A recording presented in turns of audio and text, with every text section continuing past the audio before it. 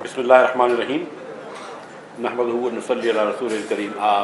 मैं शुक्रिया अदा करता हूँ नवेद ख़ान साहब का कि जिन्होंने ये मुझे आज मदऊ किया और रोटरी क्लब्स की इस मुश्तरका लंच में मुझे बात करने का मौका दिया। मैं आप तमाम ख़वातीन व हज़रात का शुक्रगुज़ार हूँ कि आप इधर तशरीफ़ लाए हैं और जो मीडिया से साथी इधर तशरीफ़ लाए हैं कि जिनकी बदौलत मुझे ये मौका मिला है कि मैं आपसे बातचीत कर सकूँ। और रोटरी क्लब्स का, जिसका एक ज़माने में मैं मेंबर भी था, उनका भी मैं शुक्रगुज़ार हूँ कि उन्होंने मुझे इधर आज दावत दी है। जो हमारा आज का टॉपिक है बड़ा सिंपल है और मेरे ख़्याल से हस्बे वक्त भी है, और वो ये है कि how did we end up here and how do we get out. कि पाकिस्तान जिस जगह आज पहुँचा है, जिस भवन में वहाँ पहुँचा है, ये किस तरह पहुँचा है और इससे निजात का रास्ता क्या है, इससे बेहतरी का रास्ता क्या है, इससे ऊंचाई का रास्ता क्या है। जो मेरी जो थीसिस है वो ये है कि गो के हम पिछले 1-1.5 साल के अंदर बहुत सारी गलतियां हुई हैं मईशत की तौर पे, मैं उसकी बात अभी करूँगा। उसकी वजह से इमीडिएटली हम यहाँ पे पहुँचे हैं, लेकिन जिस वजह से पाकिस्तान आज यहाँ पे है वो पाकिस्तान में 75 साल से जो हम गलतियां कर रहे हैं उसकी वजह से आज यहाँ पे हैं हम। तो ये बात हमको याद रखनी है कि ये आज की गलती नहीं है। मुर्तज़ा सैयद साहब जो कि कुछ दिनों तक मेरे साथ असिस्टेंट एक्टिंग गवर्नर थे स्टेट बैंक के और डिप्टी गवर्नर भी रह चुके थे, काफ़ी 3 साल डिप्टी गवर्नर रहे स्टेट बैंक के।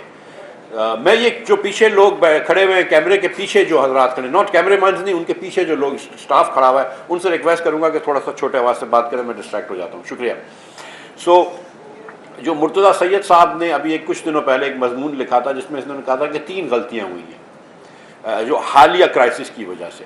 पहली गलती ये थी कि जब हफीज़ शेख साहब ने कोविड के बाद जब हफीज़ शेख साहब ने IMF से रिव्यू नंबर 4, 5 और 6 3 रिव्यू एक साथ किए थे। कोविड में बहुत ज़्यादा फैसिलिटी और छूट दे रखी थी IMF ने, और उसमें हमने फिर और भी गलतियां करी। IMF अगर छूट दे देती है इसका ये मतलब नहीं कि हम गलती करें, बाकी ममालिक जो हैं वो बग़ैर IMF के कर लेते हैं। IMF को आप इस कॉन्टेक्स्ट में बेबी सिटर समझ लीजिए कि हमको बेबी सिटर की ज़रूरत होती है, बाकी लोग जो हैं वो बग़ैर बेबी सिटर के काम कर लेते हैं। तो IMF ने जब हमारा 4था, 5वां, 6ठा रिव्यू कम्प्लीट किया हफीज़ शेख साहब ने, और हम फिर वापस कोविड के बाद जब IMF प्रोग्राम के अंदर दाखिल हुए तो खान और पैसे मिले, उसके बाद फिर किस्त मिली तो खान साहब ने फिर हफीज़ शेख साहब को निकाल दिया और शौकत तरीन आ गए, which is a choice which is fine. जब शौकत तरीन साहब आ गए तो शौकत तरीन साहब ने आते ही बजट जो पेश किया उसमें उन्होंने कहा कि हम IMF के प्रोग्राम के बगैर बजट पेश करेंगे। IMF का प्रोग्राम कुछ और कहता था, आपने जो IMF से लिखी हुई सिग्नेचर्स करी हुई थी वो कुछ और कहती थी, आपने बजट कुछ और दे दिया। और उसके बाद जाहिर है कि आपने एक एक्सपेंशनरी बजट दे दिया जो कि पॉलिटिकली उनके लिए वायबल था। फॉरेन ब्लीडिंग शुरू हो गई, फॉरेन करेंसी की ब्लीडिंग शुरू हो गई, आपका इंपोर्ट बड़ा तेज़ी से बढ़ने लगा। आप फिर IMF के पास दौड़े गए।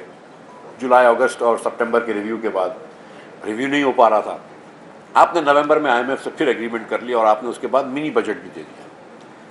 IMF ने कहा नहीं, पहले मिनी बजट दें, आपने मिनी बजट दिया। नवंबर में IMF से आपने एग्रीमेंट किया, उसके तहत मिनी बजट दिया। फरवरी में पैसे आए, आपने उस वक्त कहा कि नहीं कोई बात नहीं, 212 रुपए का डीजल मिल रहा था उस वक्त, और आपने IMF से कहा था कि अब हर महीने 4 रुपये बढ़ाएंगे तो 15-20 रुपये, और 2% सेल्स टैक्स बढ़ाएंगे तो 15-20 रुपये टैक्स लगाना चाहिए था, तो 230-35 का डीजल बेचना चाहिए था। उन्होंने कहा नहीं, हम 146 का बेचेंगे, हम 72 रुपये का नुकसान करेंगे।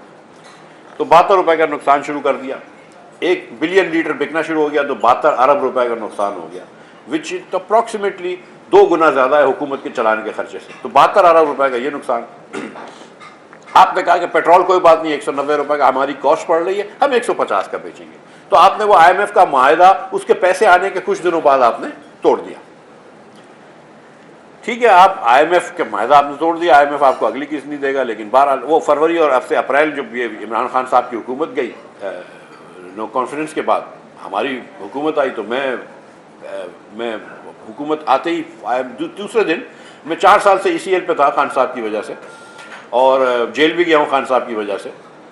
और जो लोग जानते हैं, अल्लाह ताला की मेहरबानी से पूरा पाकिस्तान जानता है कि जो हमने टर्मिनल लगाया था जिसकी वजह से इमरान खान ने मुझे जेल भेजा था, वो दुनिया का सस्ता तरीन टर्मिनल था, और मैं नैब वालों को आज तक ये दावा देता हूँ कि उससे एक सस्ता टर्मिनल दिखा दो पूरी दुनिया में तो मैं अपने आप को गिल्टी करार दे दूँगा। लेकिन उन्होंने मुझको और शाहिद अब्बासी को जेल भेज दिया। मुझे तो ट्रांसपेरेंटली कहा था कि शाहिद अब्बासी के खिलाफ बयान दे दो, कुछ भी कह दो तो बस तुम छूट जाओगे। तो मैंने कहा नहीं, मैं ये नहीं करता।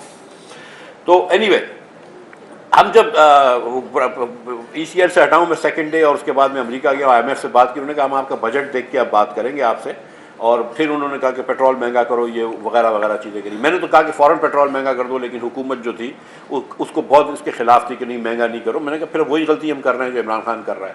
बहरहाल फिर हमने बजट दे दिया। जुलाई के अंदर हमारा IMF से एग्रीमेंट हो गया। जुलाई के अंदर IMF ने सितंबर में पैसे दिए। सितंबर में बता 3-4 तारीख को पैसे आए, 15 तारीख को आपने हमें निकाल दिया और इसाक डार साहब लेके आ गए। डार साहब ने IMF को आंखें दिखाई। IMF डर गया, पीछे हट गया, बात करना छोड़ दी। अब वो जब डर के पीछे उन्होंने बात करना छोड़ दी, फिर आपने सोचा कि यार पैसे तो ख़त्म हो गए हमारे पास। तो फिर आप IMF के पास दौड़े दौड़े गए, और अब आप IMF से फिर डील कर रहे हैं, क्योंकि आपके पास $3 बिलियन हैं और आपका सिर्फ 15 दिन का इंपोर्ट कवर नहीं होता है। तो ये तो इमीडिएट गलतियां थी, 2 मेरे आने से पहले, 1 मेरे जाने के बाद। लेकिन तो मैं ये अपने आप को ज़रा सा वो करना चाहता हूँ इसमें, अपने मतलब I wanted to just show कि मेरी गलती नहीं थी करंट क्राइसिस में। और कल मेरे ख्याल से कुछ डॉन अखबार में खबर भी आई थी कि जिसके अंदर कोई IMF के इंसाइडर्स कह रहे थे कि Miftah was the one who understood कि चेंज कोर्स करेक्शन चाहिए। लेकिन सच्ची बात यह कि हम यहाँ पे आज पहुँचे हैं 75 साल की गलतियों के बाद। और मैं इस सदी से शुरू करता हूँ कि जब मुशर्रफ साहब की हुकूमत आई और जब इन्होंने ये वॉर ऑन टेरर शुरू पे गए हम, तो आप अगर कहीं से टिश्यू पेपर कहीं से ला दो मुझे, या कोई नैपकिन दे दो। जब मुशर्रफ साहब की हुकूमत आई और हम जब वॉर ऑन टेरर पे गए, तो बहुत सारे वेस्टर्न ममालिक ने हमारी डेट कम कर दी, हमारी डेट को रीस्केजुलिंग कर दी। तो एक फिस्कल स्पेस आ गई। लेकिन उस फिस्कल स्पेस को हम पाकिस्तान में इन्वेस्ट करते या पाकिस्तान को कंसोलिडेट करते, वो हमने नहीं किया। हमने उस फिस्कल स्पेस से इंपोर्ट कर लिया। Thank you so much Mahmood, बहुत शुक्रिया आपका जी। हमने उससे जो है, हमने पाकिस्तान के अंदर हमने इंपोर्ट बढ़ा दिया, और हमारा बहुत ज़्यादा करंट अकाउंट डेफिसिट होता रहा। और मुशर्रफ साहब के आखिरी साल में 8.1% हमारा बजट का, हमारी इकॉनमी का जो था हदफ, जो इकॉनमी का हजम था, उसके 8% से ज़्यादा, 8.1% हमारा करंट अकाउंट डेफिसिट था, जो इस पाकिस्तान की तारीख का सबसे ज़्यादा है। It is a huge current account deficit, और वो पूरा जो पैसे मिल रहे थे मुशर्रफ साहब ने खो दिए। उसके बाद फिर जब पीपल्स पार्टी की हुकूमत आई, उनको मईशत स्लो करनी पड़ी, उन्होंने मईशत स्लो करी, IMF के पास गए, वही चीज़ें करी। लेकिन उन्होंने उसके बाद एक NFC अवार्ड पास कर दिया। NFC अवार्ड पास कर दिया, जिसके तहत उन्होंने कहा कि 57.5% पैसे हम सूबों को दे देंगे जो वफाक जमा करता है, जो टैक्स वफाक जमा करता है उसके 57% दे देंगे। पहले मेरे ख्याल से 40% दे रहे थे। और उसके साथ साथ 18वीं तरमीम हुई, जिसके अंदर बहुत अच्छी चीज़ें हुई हैं, जिसके अंदर बहुत ज़्यादा हमने नीचे पावर ले आए, डिवॉल्व कर दिए कि एक वहाँ पे साम्राज्य समझ लीजिए इस्लामाबाद में नहीं बैठा होगा। अब जो है हमने सूबों को पावर्स दे दिए, और उसकी एक तरकीब ये थी कि सूबे जो है मजीद लोकल गवर्नमेंट को पावर्स देंगे तो लोकल एम्पावरमेंट होगा और नीचे तक पैसे जाएंगे। लेकिन जो एक साम्राज्य खत्म हो गया, अब 4 हेजमन्स हो गए कि 4 जगह पे 4 सूबे जो हैं वो कंट्रोल करके बैठे हैं, और नीचे हमने कोई पावर डिवॉल्व नहीं करे, ना हमने पैसे डिवॉल्व करे। और साथ साथ जब हमने 57%, 57.5% हम पैसे देते हैं सूबों को, उसके अलावा आज़ाद कश्मीर को देते हैं, गिलगित बल्तिस्तान को देते हैं, KP को वॉर ऑन टेरर के लिए देते हैं, सिंध को ऑक्ट्राई के लिए देते हैं, तो ये सब मिला के 62-63% पैसे हो जाते हैं। जब आप 62-63% पैसे आप सूबों को दे देते हैं तो वफाक के पास पैसे ही नहीं रहते। अब इस साल मिसाल के तौर पर 7,500 अरब रुपये अगर वफाक जमा करती है, और उसमें से 4500 अरब रुपये दे देगी समझ लीजिए सूबों को, तो वफाक के पास तो 3000 अरब रहेंगे। सिर्फ सूद जो है वो इस साल देना होगा, वो तकरीबन 4,500 अरब का या 5,000 अरब का सूद देना होगा। तो आपके पास 3,000 अरब रुपया नेट जमा है, आपको 5,000 सूद देना है, तो ऑब्वियसली सूद लेने के लिए आपको सूद देना पड़ता है। इसको डेट ट्रैप कहते हैं कि we are now in a local currency debt trap. आप छोड़ दीजिए फॉरेन करेंसी डेट को, आप तो लोकल करेंसी के भी पैसे पूरे नहीं दे पा रहे। So we have to understand कि अच्छा, अब मैं जब कहता हूँ कि लोग कह रहे हैं कि भाई आप NFC अवार्ड को चेंज करो, तो लोग नाराज़ हो जाते हैं कि नहीं, ये तो आप बड़ी प्रो मिलिट्री बात कर रहे हैं। मैं साथ साथ ये भी कहता हूँ कि जितने भी एक्सपेंसेस हैं वफाकी हुकूमत के current, including military expenses, now will have to grow at less than inflation. इन सबको आपको परसेंटेज ऑफ GDP में कम करना पड़ेगा, क्योंकि हम आप तो अफोर्ड ही नहीं कर सकते इतने पैसे। और जब मैं आपको इसकी तदबीर बताऊंगा बाद में तो आपको पता चलेगी। लेकिन अब इस वक्त आप तसव्वुर करें कि यही खर्चा पाकिस्तान का यही रहे जो पाकिस्तान का आज है।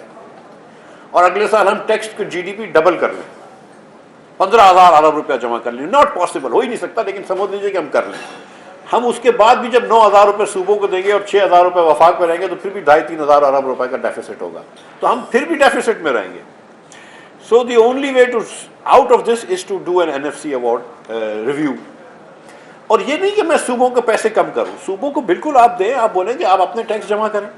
सूबे टैक्स जमा ही नहीं करते। KP की हुकूमत सिर्फ 30 अरब रुपया जमा करती है, बलूचिस्तान की हुकूमत उतना भी जमा नहीं करती। सिंध की हुकूमत जो है वो सिर्फ कराची से पैसे करती है 200 अरब रुपए। ना इनके पास एग्रीकल्चर टैक्स है, ना ये जमा कर सकते हैं, ना इनके पास प्रॉपर्टी टैक्स है, ना ये जमा करते हैं। क्यों? टैक्स जमा करने से तो आदमी गंदा होता है। क्यों गंदा हो? आप वफाक जो है वो टैक्स जमा करती है और गंदा होती है। सूबों को आप फ्री में पैसे दे देते हैं, कोई कंडीशन अटैच नहीं होती है, खर्चे बढ़ रहे हैं।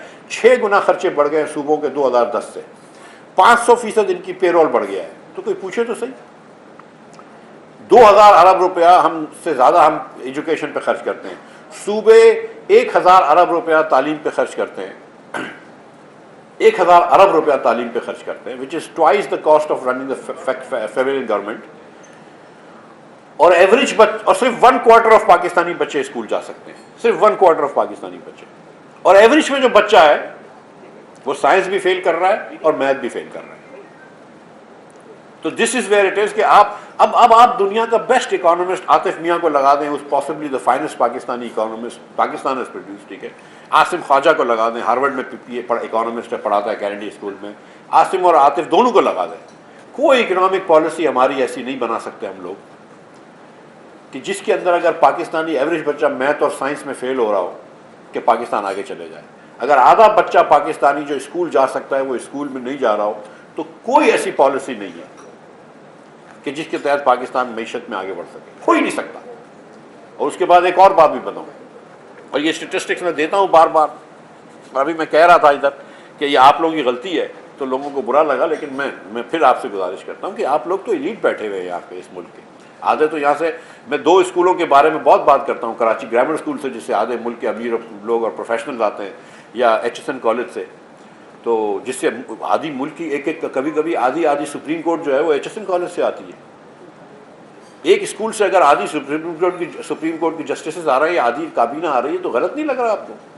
अगर एक स्कूल से पाकिस्तान के आधे अमीर लोग आ रहे हैं तो गलत नहीं लग रहा आप लोग कि बाकी पाकिस्तानी 4 लाख स्कूल में बच्चे आए, वो क्यों आए पाकिस्तान? सो हम अपनी अपनी एलीट प्रिविलेजेस भी भूल जाते हैं। HSN कॉलेज वालों ने मुझे खैर अगले मंडे या ट्यूसडे को बुला भी लिया है स्पीच करने के लिए उधर, बट द पॉइंट इज मैं I consider my self part of the elite, part of the problem.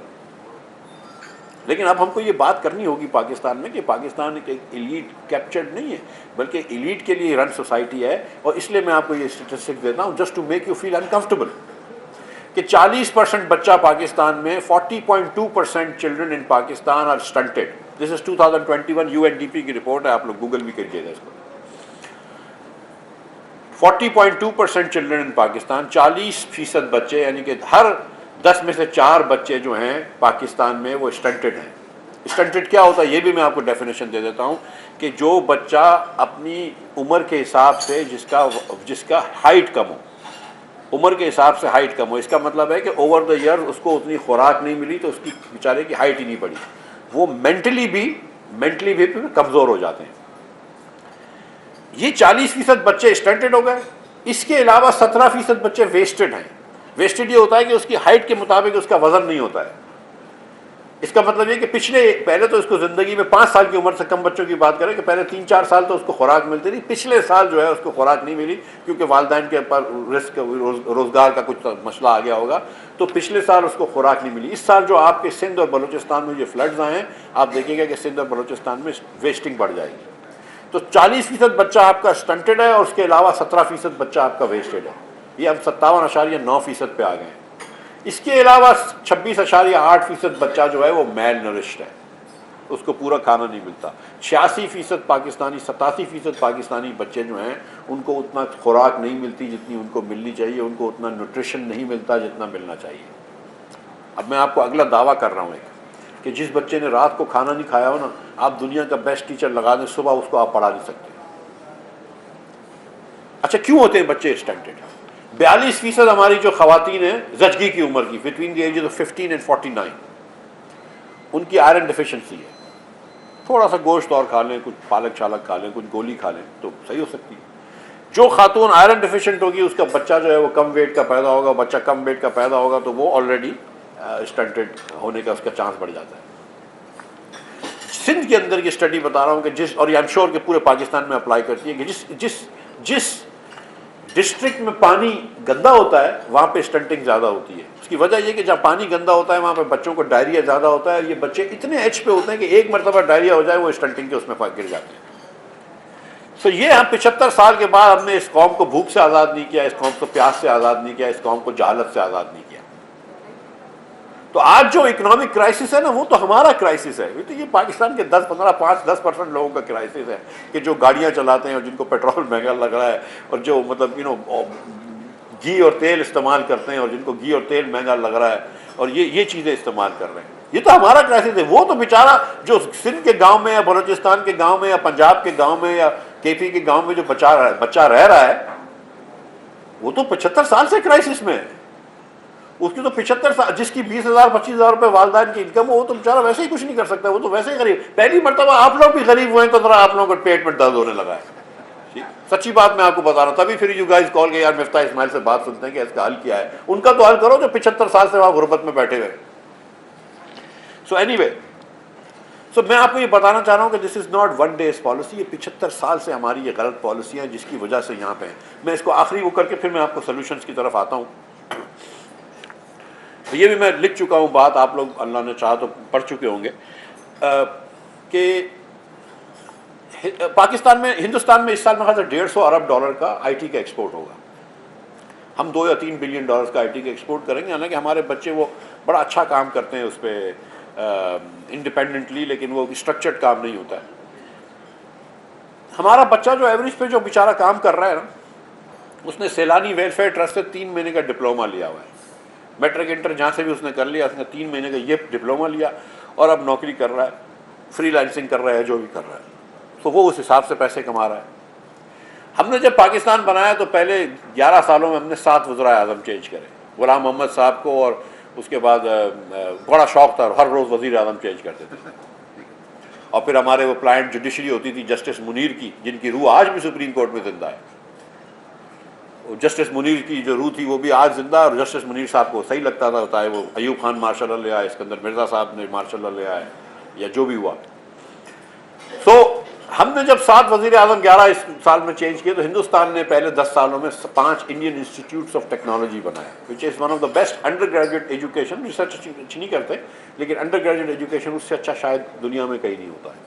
आज हिंदुस्तान में 23 कैंपसेस हैं आईआईटी के। आईआईटी के ग्रेजुएट जो है वो गूगल के, माइक्रोसॉफ्ट के, जुमला कंपनियों के सदूर हैं। तो कुछ ना कुछ पढ़ाई करा के वो वहाँ पे पहुँच रहे हैं। जब उन्होंने एक 1991 के अंदर नरसिम्हा राव साहब की क़यादत में, मनमोहन सिंह साहब जो वज़ीर ख़जाना थे, जब इन्होंने पॉलिसी चेंज करी तो उनके पास एक एजुकेशन बेस था जिसको जाके वो आगे लेकर चल गए। हमने भी यहाँ इकोनॉमिक लिबरलाइजेशन लेके आया, लेकिन फिर हमने पागलपना भी उसके साथ साथ किया। लेकिन हमारे पास तो कोई बेस ही नहीं है, क्योंकि आपका एवरेज बच्चा, जो मैं आपसे गुजारिश कर रहा हूँ, the average Pakistani child is actually getting 27 points in math and 31 points in science out of 100। ये आगा खान ने अभी पूरे पाकिस्तान भर में टेस्ट किया है। This includes not just public schools but also private schools. तो मैं ये कहता हूँ कि स्कूल को प्राइवेटाइज कर दें और गवर्नमेंट को कहें कि उसको वाउचर दें बच्चे को। तो अब यहाँ पे फंस गए, अब हम किस तरह निकलेंगे इस भंवर से? एक तरीका तो ये है कि एक हमारा रिकॉर्ड है कि सबसे ज़्यादा दुनिया में बच्चे हिंदुस्तान में पैदा होते हैं। ज़ाहिर है हमसे 5 गुना ज़्यादा पॉपुलेशन है। नंबर 2 चाइना में होने चाहिए क्योंकि उनकी पॉपुलेशन भी बहुत ज़्यादा, लेकिन हम नंबर 2 हम टाई करते हैं मेरे ख्याल से। पाकिस्तान में 55 लाख बच्चे पैदा होते हैं, which is more than Faisalabad and Rawalpindi combined. 55 lakh kids every baby every year. मतलब ना आप ज़मीन और बना रहे हैं और ना आप एग्रीकल्चर अनाज और उगा सकेंगे। आपके पास ऑलरेडी इतना अनाज नहीं है जितना आपकी ज़रूरत है। अगर आप 55 लाख बच्चे पैदा हो रहे हैं, और मुझे आप ये बताइए कि कब आपने पॉपुलेशन प्लानिंग के अंदर पाकिस्तान में तवज्जो दी है? यहाँ इस्लाम ख़तरे में आ जाता है अगर आप पॉपुलेशन प्लानिंग की बात करते हैं। बांग्लादेश भी एक मुसलमान माशरा है, हद से बड़ा इज्तिमा करते हैं वो लोग, हमसे बड़ा इज्तिमा करते हैं वो लोग। तुनीसिया भी इस्लामिक माशरा है, इजिप्ट भी इस्लामिक माशरा है, उधर सब ने पॉपुलेशन प्लानिंग कर ली है, हमने पॉपुलेशन प्लानिंग नहीं करी। आप पाकिस्तान, एवरेज पाकिस्तान के अंदर average Pakistani women has 2 times as many children as a Bangladeshi और Indian women and 3 times as many children as a Sri Lankan women. अगर पिछले 15 साल के अंदर हम सिर्फ बांग्लादेश जितनी अपनी फर्टिलिटी रेट कर लेते ना, तो आज पिछले 10 सालों में सॉरी, तो आज 15% से हमारी पर कैपिटा जीडीपी ज़्यादा होती। लेकिन हम मतलब ये बांग्लादेश कोई सुपरस्टार नहीं है, हिंदुस्तान कोई सुपरस्टार नहीं है, Bangladesh is seriously corrupt authoritarian government. लेकिन वो मतलब 2 चीज़ें करते हैं, औरतों को तालीम देते हैं और थोड़ी सी पॉपुलेशन प्लानिंग कर लेते हैं, दैट्स इट। हम वो भी नहीं कर पाते। तो बांग्लादेश से हम पीछे इसलिए रह गए कि उधर उन्होंने वहाँ पे एक्सपोर्ट क्यों पड़ा कि ख़वातीन काम करती हैं आउटसाइड द हाउस, और बच्चियों को तालीम दी है इन्होंने। बच्चियों को तालीम देना still is the best investment you can make, but we don't do that. So population planning is the first thing you do. उसके लिए आपको इन्फेंट मोर्टेलिटी भी कम करनी पड़ेगी। एक स्टेटिस्टिक मैं आपको और दे देता हूँ, just to make you think कि किधर हम पाकिस्तान पहुँच गया है। और आप लोगों के लिए नहीं पहुँचा है, अब आप लोगों के लिए पहुँच रहा है, बाकी पाकिस्तानियों के लिए पहुँच चुका है। दुनिया में सबसे ज़्यादा बच्चे जो है वो लेसोतो में मरते हैं in the first month of birth. 28 दिन की उम्र में 4 हफ्ते के अंदर 44 बच्चे मर जाते हैं 1000 में से लेसोतो में। That's the worst record. Finland में 1 मरता है, ईरान में 8 मरते हैं, लेसोतो में 44 बच्चे मर जाते हैं। That's the worst country in the world. The second worst के लिए टाई है साउथ सूडान और पाकिस्तान। हमारे यहाँ 40 बच्चे मर जाते हैं पहले 4 हफ्ते के अंदर। ये पीटीआई के हेल्थ मिनिस्टर थे जफर मिर्जा साहब, इन्होंने कुछ दिनों पहले मजमून लिखा था, बहुत समझदार अच्छे आदमी हैं, तो इन्होंने ये मजमून लिखा था कि 40 बच्चे आपके मर जाते हैं पहले 4 हफ्ते के अंदर। 40 पहले 4 हफ्ते में बच्चा मर गया, उसका तो कोई कसूर नहीं था ना, ही कुड पॉसिबली ही और she could not have made a mistake, लेकिन उसको हमने मारा ना। और कमाल ये है कि जो बच्चों की साउथ सिटी में पैदाइश होती है या आगा खान में होती है, लाहौर के अमीर इलाकों में होती है, अगर आप लाहौर के अंदर गुलबर्ग और इस्लामाबाद में F7 और F8 के इलाके निकाल लें और कराची में डिफेंस के इलाके निकाल लें, तो यहाँ पर तो मेरे ख्याल से 7-8 बच्चे भी नहीं मरते होंगे 1000 में से। तो आप लोगों के लिए स्टेटिस्टिक नहीं है, ये तो आम पाकिस्तानी के लिए स्टेटिस्टिक है, नॉन एलीट पाकिस्तानी के लिए स्टेटिस्टिक है। लेकिन इस पाकिस्तान में अगर हम सेकंड वर्स्ट हों, साउथ सूडान के साथ टाई करते हो, तो थोड़ा सा शर्म का मुकाम तो होना चाहिए ना, थोड़ी सी तो कुछ सोच होनी चाहिए ना। ये हुकूमतें हमारी है, ये हुक्मरानी है, इसमें हम डिफेंड करते हैं कि नहीं हम प्रोविंस के पैसे कम नहीं कर सकते, नहीं जी वफाक जिस तरह काम कर रहा है वो करे। भाई क्यों काम कर रहा है? इसके अंदर हम कुछ लोग जो है वो आर्मी की भी तारीफ कर रहे होते हैं, भाई आधा वक्त तो मार्शल लॉ रहा है, क्या कर लिया आर्मी ने? हर वक्त तो आर्मी के इंग्रेस से क्या कर लिया उन्होंने? तो कहीं ना कहीं मिन हासिल कौम हमको सोचना पड़ेगा कि जिस तरह हम पाकिस्तान चला रहे हैं इस तरह नहीं चल सकता। हम किस तरफ लेके जा रहे हैं? मतलब हम क्या वी विल जस्ट मतलब पूरी दुनिया आगे निकलती रहेगी एंड वी विल जस्ट मडल अलाउंड? 2% की ग्रोथ क्राइसिस, 2% की ग्रोथ, 3% की ग्रोथ, वापस बैक टू IMF। एक ये इक्विलिब्रियम है, एक इक्विलिब्रियम है कि हम एकदम फेल्ड स्टेट की तरफ चले जाएं साउथ सूडान, और एक इक्विलिब्रियम ये कि हम बैठ जाएं, मुल्क को सीख कर लें और आगे लेके चले जाएं। हम वो कर नहीं पा रहे हैं। हमको अपनी अपनी प्रिविलेजेस नहीं छोड़नी है, अपने अपने छोटे छोटे मफाद नहीं छोड़ने हैं, अपने अपने फीफडम नहीं छोड़ने हैं। तो ये this is where Pakistan is. So population planning is the first thing we need to do. Second thing is live within our means. 75 साल में आपने 3 या 4 साल करंट अकाउंट डेफिसिट नहीं किया, बाकी हर साल करंट अकाउंट डेफिसिट करते हैं। What is current account deficit? कि आपका डॉलर का डेफिसिट हो जाता है, फॉरेन करेंसी का डेफिसिट हो जाता है। जो आप इंपोर्ट करते हैं उसके मुकाबले में एक्सपोर्ट बहुत कम है। अब यहाँ पे पिछले साल जब खान साहब की हुकूमत थी तो $80 बिलियन का इंपोर्ट हुआ, $80 बिलियन का, और एक्सपोर्ट कितना हुआ? $31 बिलियन। That's it, $31 billion. पूरी रेमिटेंस मिला लो तो $30 बिलियन ये हो गई रेमिटेंस। तो 60 बिलियन की हमारी आमदन थी और 80 बिलियन का हमारा खर्चा था। हमारा करंट अकाउंट डेफिसिट 17.5-18 बिलियन का था। 18 बिलियन कहाँ से आए? अब आप कर्ज ले लीजिए 18 बिलियन का, 18 बिलियन का एक और कर्ज ले लीजिए। हर साल आपको करंट अकाउंट डेफिसिट को देने के लिए आप में कर्ज होता है। अभी आपके पास $100 अरब का कर्ज हो गया है। अब आप करंट अकाउंट डेफिसिट जीरो भी कर देते हैं तो आपको हर साल $20 बिलियन तकरीबन वापस करने हैं, परपेचुइटी में वापस करने हैं। क्योंकि इस साल जो आप $20 बिलियन वापस करेंगे वो आप कहाँ से वापस करेंगे? वो आप किसी से कर्ज लेके वापस करेंगे। तो हमारा जो है वो टोपी घुमाने का एक सिस्टम है कि हम सऊदी अरब से पैसे लेके कतर को दे देते हैं, कतर से पैसे लेके यूएई को दे देते हैं, वर्ल्ड बैंक से पैसे लेके एशियन डेवलपमेंट बैंक को दे देते हैं, एशियन डेवलपमेंट बैंक से लेके एशियन इंफ्रास्ट्रक्चर बैंक को ले लेते हैं। और ये फाका मस्ती जो हमारी है ये किसी दिन भी रंग नहीं लेके आएगी। कर्ज की पीते थे मैं और समझते थे कि हाँ रंग लाएगी फाका मस्ती एक दिन। तो ये गालिब की तारीफ कर रहे हैं आप, लेकिन हम मतलब ये कर्ज पे कर्ज ही लेते जा रहे हैं। तो ये तो सिर्फ एक्स्ट्रा, तो हमको कहीं ना कहीं से वी हैव टू डिसाइड मिनासल कौम के we have to live with our means. आप अगर 7,500 अरब रुपया टैक्स जमा कर रहे हैं और 4,000 अरब रुपये सूबों को दे रहे हैं और 3,000 अरब आपके पास हैं और उसके अलावा भी आप खर्चे कर रहे हैं और कोई खर्चा वफाक भी इतनी कम नहीं करती है। जब मैं बात मैंने की है सूबों की, लेकिन मैं वफाक की बात भी करता हूँ आपसे कि वफाक ने 18वीं तरमीम के बाद बहुत सारी चीज़ें सूबों को दे दी, कंकरेंट लिस्ट ख़त्म कर दी कि ये सूबों का काम है, ये सूबों का काम है। तो मिनिस्ट्री ऑफ इंडस्ट्रीज़ आपने सूबों को दे दी, लेकिन वहाँ पे आपने फिर भी एक मिनिस्ट्री इंडस्ट्रीज़ रखी है, नाम थोड़ा सा चेंज कर दिया। एग्रीकल्चर जो है वो इस वक्त सूबे की जिम्मेदारी है, वफाक की जिम्मेदारी नहीं है। सही है, एग्रीकल्चर सूबे की जिम्मेदारी होनी चाहिए। तो एग्रीकल्चर मिनिस्ट्री इसका मतलब है वफाक को ख़त्म करनी चाहिए। इन्होंने लिख दिया कि आप वफाक के अंदर एग्रीकल्चर मिनिस्ट्री ख़त्म कर दें, बोलते हैं ख़त्म कर देते हैं। उन्होंने उसका ख़त्म कर दिया एग्रीकल्चर को, एक नई मिनिस्ट्री बना दी फूड सिक्योरिटी। एग्जैक्टली वही मिनिस्ट्री है लेकिन उसका नाम फूड सिक्योरिटी है। आज भी वफाक जो है वो अपनी एसुई गैस की कंपनियों के थ्रू उसको और हमारी गैस के थ्रू हम सब्सिडीज दे रहे होते हैं फर्टिलाइजर को।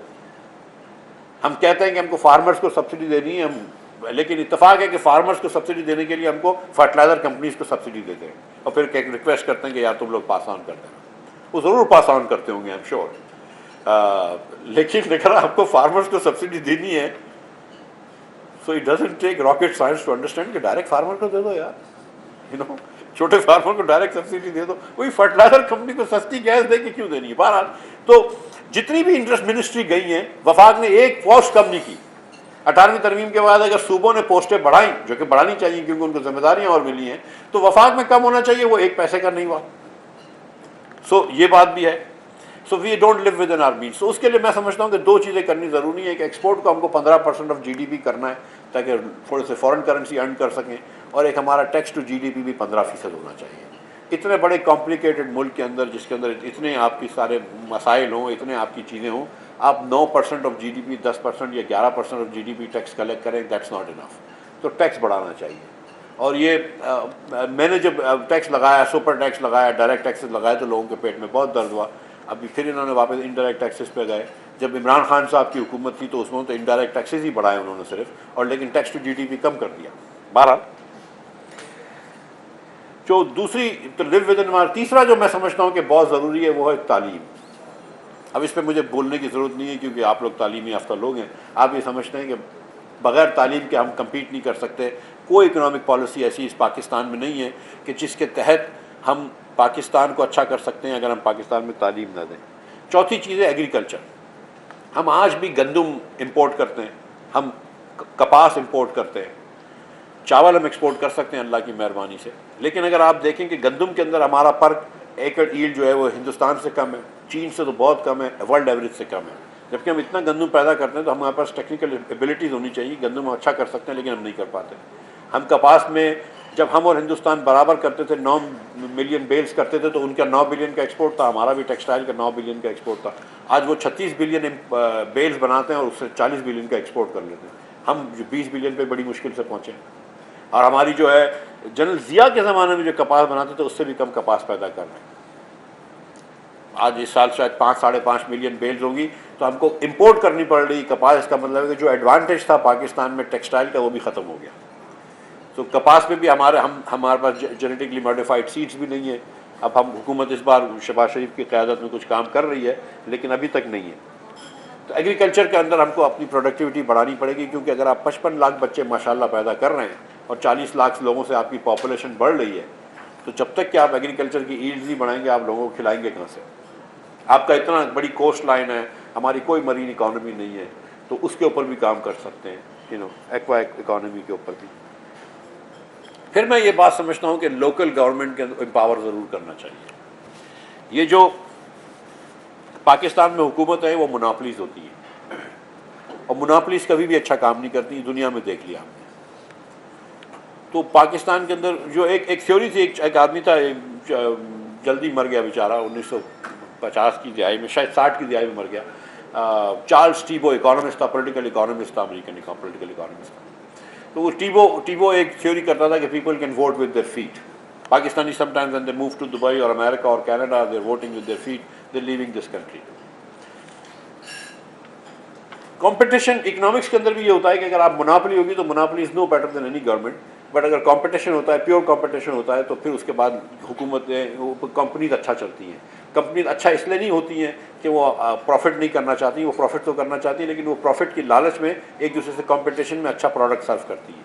तो हुकूमतों को भी आपस में आपको कम्पीट कराना चाहिए, हुकूमतों को भी आपस में आपको लड़ाना चाहिए। उसके तरीक़ाकार ये है कि आप हुकूमतों को आपस में कंपटीशन करवाएं। और अगर मिसाल के तौर पर कराची में जैसे कि 5 या शायद 6 हो गए डिस्ट्रिक्ट, केमाड़ी, बल्दिया, डिस्ट्रिक्ट साउथ जो कि लियारी से लेकर डिफेंस तक है, डिस्ट्रिक्ट ईस्ट जो कि ये अख्तर कॉलोनी से लेकर केडीए तक है, सेंटर जो कि नाज़माबाद वगैरह में है, ये जो डिस्ट्रिक्ट्स है कराची के, अगर ये डिस्ट्रिक्ट्स के अंदर अपने अपने इलेक्टेड मेयर्स हों और ये खुद प्रॉपर्टी टैक्सेस भी जमा कर सकते हों और ख़ुद ख़र्चा भी करते हो, स्कूलें भी वो चलाते हो, रोड्स भी वो बनाते हो, अस्पताल भी वो बनाते हो, तो अगर एक फैक्ट्री लगाने वाला होगा सोचेगा यार मैं साइड में भी लगा सकता हूँ, मैं कोरंगी में भी लगा सकता हूँ, may be this is a better tax, उनके रोड अच्छे हैं। तो वो अगर आप घर ले रहे हैं, जैसे अमेरिका में होता है कि स्कूल डिस्ट्रिक्ट्स को आप देख के अपने घर चूज़ करते हैं, तो इस तरह कॉम्पिटिशन हो जाएगा, और कॉम्पिटिशन होगा तो government will become responsive to the people, but you have to give power to the localities. और यहाँ पे एथनिक इशूज़ भी आ जाते हैं, वो सारे ख़त्म हो जाते हैं अगर आप पावर दे दें लोकेलिटीज़ को। बेस्ट तरीका तो ये होगा कि आप हर पाकिस्तान के डिवीज़न को एक सूबा बना दें। मैं इलेक्शन लड़ा हूँ, जब इलेक्शन में आप जाते हैं तो आप एमएनए का भी इलेक्शन लड़ो तो लोग बोलते हैं यार मेरे घर की गली के अंदर गटर लगवा दो, मेरी नाली लगवा दो, नाली के अंदर पानी सही करवा दो, मेरे घर में पानी नहीं आता। सूबे वाले से भी ये पूछते हैं, वफाक वाले से, एमएनए से भी ये पूछते हैं, एमपीए से भी ये पूछते हैं, और लोकल काउंसिल से भी ये पूछते हैं, लोग यही बात करते हैं। तो इसीलिए वो कंपटीशन होता है। और जब भी आपकी पॉलिटिकल गवर्नमेंट आती है, चाहे वो इमरान खान की हो या किसी और की हो, उन्होंने कभी लोकल गवर्नमेंट के इलेक्शंस नहीं करवाए। तो बेस्ट यही है कि आप जो एमपीएज हैं उनको आप काउंसलर ही बना दें और आप जो है वो डिवॉल्व कर दें। लेकिन चलें, अगर आपको सूबे नहीं बनाने और, तो आप लोकल गवर्नमेंट तक पावर्स तो दे दें, powers to tax, property tax, parking tax, दीगर tax, and power also to expend. Poona के अंदर जितना टैक्स जमा होता है इतना प्रॉपर्टी का, उतना मेरे ख्याल से पूरे पंजाब में नहीं होता है प्रॉपर्टी। सो कहीं ना कहीं हम गलती कर रहे हैं। तो अगर हम इसको लोकल डिवॉल्व कर दें तो ये एक बड़ी अच्छी तरीका। और दुनिया में फेडरलिज्म का उसूल ये है कि आप नीचे तक लेकर जाएं, the government closest to the people is the most responsive. उसके बाद आपने एक्सपोर्ट के ऊपर तवज्जो देनी है। यहाँ पे ऐसा है कि हमने इतने बैरियर्स खड़े कर दिए कि लोकल लोगों को, लोकल डोमेस्टिक मैन्युफैक्चरर्स को डोमेस्टिक ऑडियंस को बेचना बड़ा आसान है।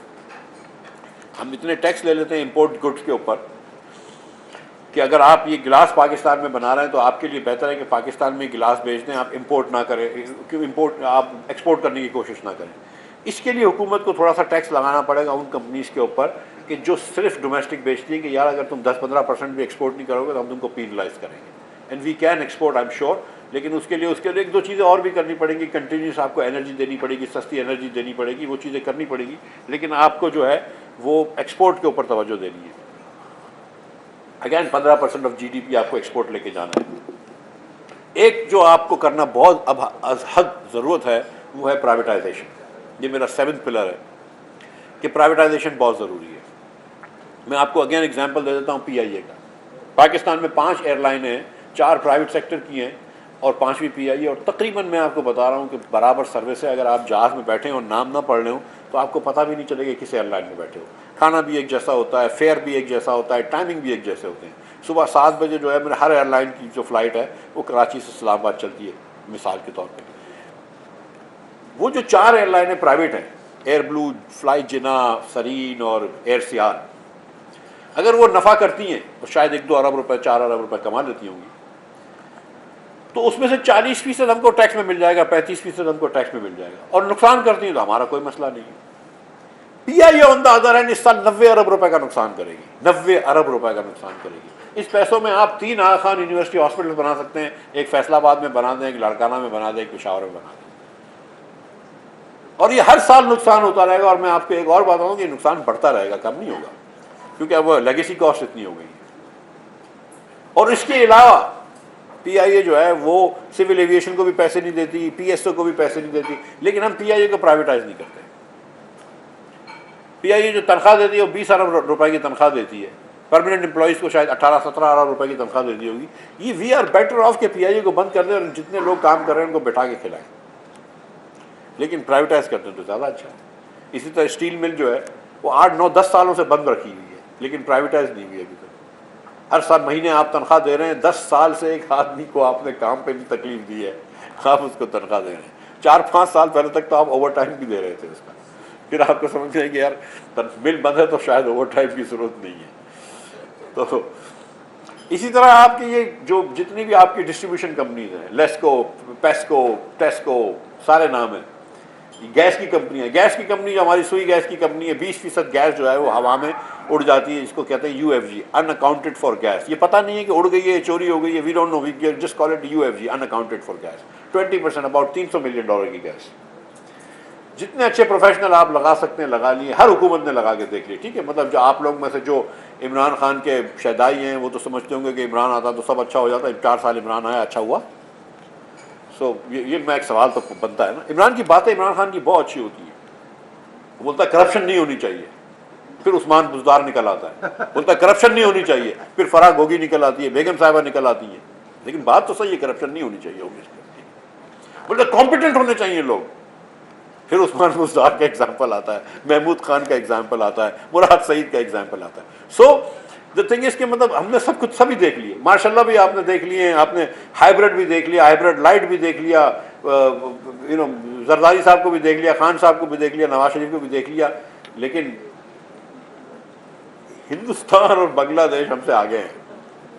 आप सोचो तो सही कि Bangladesh has $40 billion, we have 4। So I mean, so so there is obviously the issue is not individuals and proper. The issue is systemic issues. हमको अपना स्ट्रक्चर ऑफ गवर्नेंस जब तक चेंज नहीं करेंगे, कोई आदमी को भी बिठा लेंगे बेहतरी नहीं आएगी। हमको सिस्टमिक से चेंजेस करने हैं। सो ये जो चीज़ है कि हमको प्राइवेटाइजेशन करना बहुत ज़रूरी है। जो हम री इमेजिनिंग पाकिस्तान की कोशिश कर रहे हैं उसकी भी एक वजह ये भी है, लेकिन मैं अपने आखिरी वाली आपको बात बता दूं कि एक चीज़ जो हमें करना बहुत ज़रूरी है पाकिस्तान में, this is my last pillar, वो ये है कि आर्मी का इंग्रेस कम करना है सियासत में। लोग बात करते हैं आर्मी के बजट की, हम 2.5% ऑफ जीडीपी देते हैं, वो इतने पैसे नहीं है। दुनिया के अंदर आप देखो तो Pakistan doesn't rank very high, 2.5% of GDP. अगर हम हिंदुस्तान $64 बिलियन, $70 बिलियन खर्च करेगा तो हमको 6-7 बिलियन तो खर्च करने ही पड़ेंगे ना। मतलब मोदी जो है वो कोई इतना पाकिस्तान प्रो पाकिस्तानी नहीं है, मैं आपको श्योर करने लगा। तो पैसे खर्च होंगे, लेकिन इंग्रेस तो नहीं होनी चाहिए ना कि कोर्ट भी आर्मी चलाएं, मीडिया भी आर्मी चलाए, मतलब हर चीज़ आर्मी चलाए, हर जगह पे उंगली करे, इसकी जरूरत नहीं है। सो ये we need to because the thing is के व्हाट हैपेंस इज के politicians are always looking behind their shoulders thinking कि आर्मी क्या सोच रही है। So we need to reduce the ingress of arm forces in our politics, for our politics to become mature and our politics to make decisions. For that, we need to now bring all stakeholders together. The effort that Mustafa Nawaz Khokar, Shahid Abbasi and I are leading, called Reimagining Pakistan, and so many people have joined us. People like Fawad Hassan Fawad, Principal Secretary थे Prime Minister के, one of the bestest bureaucrats of his generation. People like Zafar Mirza, जो इमरान खान साहब के साथ थे, हाजी लश्करी Raisani, a traditional politician from Balochistan, and so many others जो हमको join कर चुके हैं privately, हम एक एक करके उसको लेके आएंगे सामने। वो क्यों लोग सोच रहे हैं कि मतलब बिसाइड द फैक्ट कि चलो शायद Abbasi and Mustafa Nawaz nobody challenges their integrity और इंटेलिजेंस, इसके पीपल हैव अंडरस्टूड कि अभी वक्त आ गया है पाकिस्तान के बारे में सोचने का कि यार इसको रीथिंक करो कि जिस तरह हमारी हुक्मरानी चल रही है, हुक्मरानी ठीक नहीं है, हमारा कानूनी स्ट्रक्चर सही नहीं है, हमारा आइनी स्ट्रक्चर सही नहीं है, तो हमको बहुत सारे फंडामेंटल चेंजेस करने पड़ेंगे। और जो शायद अब्बासी कई अरसे से बात कर रहे हैं कि एक मेज़ पे, एक गोल मेज़ पे आप रिटायर्ड ब्यूरोक्रेट्स को भी बिठाएं, रिटायर्ड जुडिशरी वालों को भी बिठाएं, क्योंकि जजेस भी रैंडम फैसले कर देते हैं। कभी आजकल बहुत ज़्यादा आइन के हक में आ गए, बोला 90 दिन में इलेक्शन कराने, अच्छी बात है, और कुछ दिनों पहले इन्होंने डिसाइड किया कि हम लेजिस्लेटर्स के वोट्स को काउंट ही नहीं करेंगे। आपने बेसिकली पार्लियामान को सुपरफ्लस कर दिया। सो मतलब ये जजेस के अंदर भी कोई मतलब ये कि वो ऑलमोस्ट स्किज़ोफ्रेनिया हो गया है, तो ये भी ख़त्म करना है। तो जजेस को लेके बैठे, रिटायर्ड जजेस को, रिटायर्ड आर्मी लोगों को बैठे, आप रिटायर्ड ब्यूरोक्रेसी को लेके बैठे, एक्टिव मौलवी साहिबान को लेके बैठे, सियासतदानों को लेके बैठे, बिजनेसेस को लेके बैठे, मीडिया को लेके बैठे और बैठ के बोले कि यार ये पाकिस्तान किस तरह चलाना है। हम सब पाकिस्तानी हैं, हम सब पाकिस्तान को अच्छा देखना चाहते हैं, कोई इसमें से गद्दार नहीं है, कोई इसमें से कोई खुदा न खास्ता विनो इसका वो या वार यार वो सब बकवास होती है। हमने ये बातें देख ली हैं। हमने देख ली कि जब आप जुडिशरी आके अपना वो कर देती है, रोल एक्स्ट्रा करती है, और जब नवाज शरीफ को डिस्क्वालीफाई करा for no reason at all, तो क्या इसके नतीजे निकले। सो अब आपको बैठ कर इस मुल्क को मिच्योरली चलाना है और आगे लेकर जाना है। मतलब there is no reason why Pakistani should remain hungry and poor, which is what we are, hungry, illiterate and poor. There is no reason why we should do this. अब ये पढ़े लिखे आप लोगों के जो लोग हैं, जो साहिब हैसियत हैं, साहिब सरवत हैं, आप लोगों को आगे आना है और ये आवाज़ उठानी है कि यार अपने लिए भी आवाज़ उठानी है, लेकिन दूसरों के लिए आवाज़ उठानी है। मैं आखिरी बात पे यहाँ पे ख़त्म करूँगा, सॉरी नवेस्तान, I have taken more time, कि हमारे यहाँ एक नेशनलिज्म बड़ी होती है। कुछ सिंधी नेशनलिस्ट हैं, माजर नेशनलिस्ट हैं, पंजाबी नेशनलिस्ट हैं, पश्तून नेशनलिस्ट हैं, बलूचिस्तान नेशनलिस्ट हैं। नेशनलिस्ट होना कोई बुरी बात नहीं, आदमी अपना हक मांग रहा है ना कि यार मेरे और मेरे पड़ोसियों का, मेरे और मेरे कुंबे का हक दे दो, मेरे और मेरे ट्राइब का हक दे दो। लेकिन अब मेरा ख्याल से वक्त आ गया है कि हम अपने से कमज़ोर का पहले हक मांगें, कि मैं ये समझूं कि मैं प्रिविलेज्ड हूँ, मैं ये समझूं कि मुझे अल्लाह ताला ने बहुत सारा चीज़ों से इस मुल्क में रिलेटिवली नवाजा है, और मैं ये एश्योर करूं कि ये सारे पाकिस्तानी हैं। जो मैंने बलूचिस्तान में जाके जब बात हुई तो मैंने ये कहा, क्योंकि वहाँ पे बड़ी बात हो रही थी, कि मैं कहा यार जब बलोच बच्चे को भूख लगती है तो वो भी रोता है, और पंजाबी बच्चे को भूख लगती है तो वो भी रोता है। अब हमारे दिल में ये होना चाहिए कि कोई पाकिस्तानी बच्चा कहीं पर भी रो रहा हो ना, तो हमारी गलती है इसमें। और अब मतलब कोई बच्चा जो है वो जाहिल नहीं होना चाहिए, कोई बच्चा जो है वो भूखा नहीं सोना चाहिए। मैं आखिरी स्टोरी पे ये ख़त्म करूँगा, और ये मैंने एक मतलब लाहौर में की थी, थोड़ा सा मैं आप दीदा हो गया था, लेकिन ये मैं आपको ये स्टोरी बताना चाहता हूँ कि मेरी बेटी है जोहा, अभी आजकल थोड़े दिनों पहले इसकी शादी भी हुई है, तो मेरे घर KDM है, तो उसके सामने KB's पे मैं उसको लेके गया था। KB's पे वो आइसक्रीम मिलती है 6-7 फ्लेवर की, तो वो उसको बड़ी पसंद थी, तो मैं लेके गया। तो मैं, जोहा और मेरा बेटा बिलाल थे गाड़ी में। जोहा was may be 8 years, 9 years, 10 years old में। तो एक फ़कीर की बच्ची आई और वो बेचारी पैसे मांग रही थी, तो जोहा मुझे कहती है कि अबू why does everybody come to our car, कि हमारी गाड़ी पे सब लोग क्यों आके पैसे मांगते हैं। तो मैंने कहा कि बेटा अच्छा है ना कि वो हमारी गाड़ी पे पैसे मांग रही है, तुम उसकी गाड़ी पे पैसे नहीं मांग रही हो। तो जोहा हैरत में आ गई कि मैं क्यों उसकी गाड़ी पे पैसे दूँ। तो मैं समझाया कि बेटा तुम्हें उसमें यही फ़र्क है ना कि उसका बाप अमीर था, उसका बाप फ़कीर है, और तुम्हारा बाप एक सेठ है, अदरवाइज़ तो तुम भी उसकी जगह हो सकती। तो हमको ये सोचना चाहिए कि जॉन रॉल्स एक हार्वर्ड में फ़िलासफ़र था, उसने ये बात लिखी थी बियॉन्ड द वेल, कि हमको ये इग्नोरेंस के वेल के पीछे जाना चाहिए और सोचना चाहिए कि हम भी तो वो हो सकते थे ना। हम भी किसी माइनॉरिटी से हो सकते थे, हम भी कोई रिलीजियस अक़लियत से हो सकते थे, हम जाके बस स्टॉप पे खड़े हुए अहमदियों को मार देते हैं, हम भी तो वो हो सकते थे। हम भी तो वो खातून हो सकते थे जो F9 पार्क में रेप हो गई, हमारी बच्ची भी वो हो सकती थी, हम भी वो बच्चे हो सकते थे, हमारे बच्चे भी वही हो सकते थे। हमारे पास भी हो सकता था कि पैसे ना हो कि बच्चों को कि एक रोटी है प्याज के साथ खिला दूं। तो अब ये टाइम आ गया है इस मुल्क को 75 साल के अंदर अब नेशनहुड तो एक जैसी हो जानी चाहिए ना, कि इस किस्म का नेशनलिस्ट और उस किस्म का नेशनलिस्ट ना बनो तो फिर पाकिस्तानी नेशनलिस्ट बनो। Thank you.